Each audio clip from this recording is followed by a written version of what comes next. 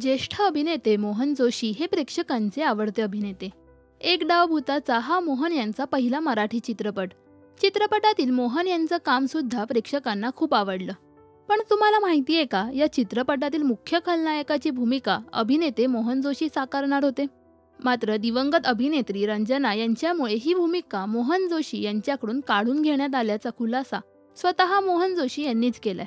काय म्हणालेत मोहन जोशी, आजच्या व्हिडिओमधून जाणून घेऊया. एक डाव भूताचा या चित्रपटात मला जो रोल ऑफर करण्यात आला होता तो मेन विलनचा होता. माझा शॉट होणार होता म्हणून मी मेकअपला बसलो. मेकअप करणारे माझे जवळचे मित्र होते. मी त्यांना माझा रोल कोणता आहे ते सांगितलं, तर ते म्हणाले, हा रोल तू करत नाहीयेस, तुझा रोल बदललाय.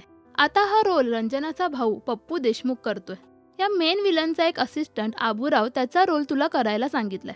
मला अंदरकी बात कळली की रंजनाचं सेटवर आगमन झाल्यानंतर तिने दिग्दर्शक रवी नमाडेला विचारलं की हे मेन विलनचं काम कोण करते. तर रवीनं सांगितलं की नाटकात काम करणारा माझा एक मित्र मोहन जोशी हे काम करतोय.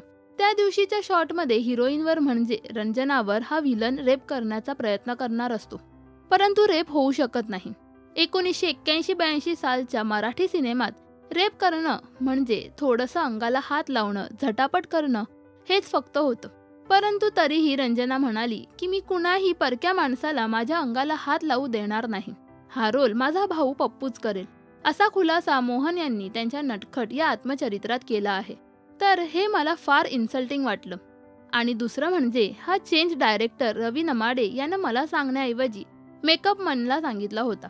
आणि हा बदल मला सांगितला गेला शॉटच्या आधी मेकअप करताना. रंजना मोठी नावाजलेली अशी अभिनेत्री होती. नमाडेला तिच्या पुढे झुकावं लागलं असणार. मी तक्रार न करता तो दुय्यम रोल स्वीकारला आणि कामही केलं.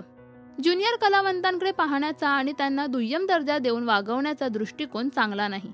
अशी वेळ, असा प्रसंग नवीन कलावंतांवर येऊ नये असंही मोहन यांनी म्हटले.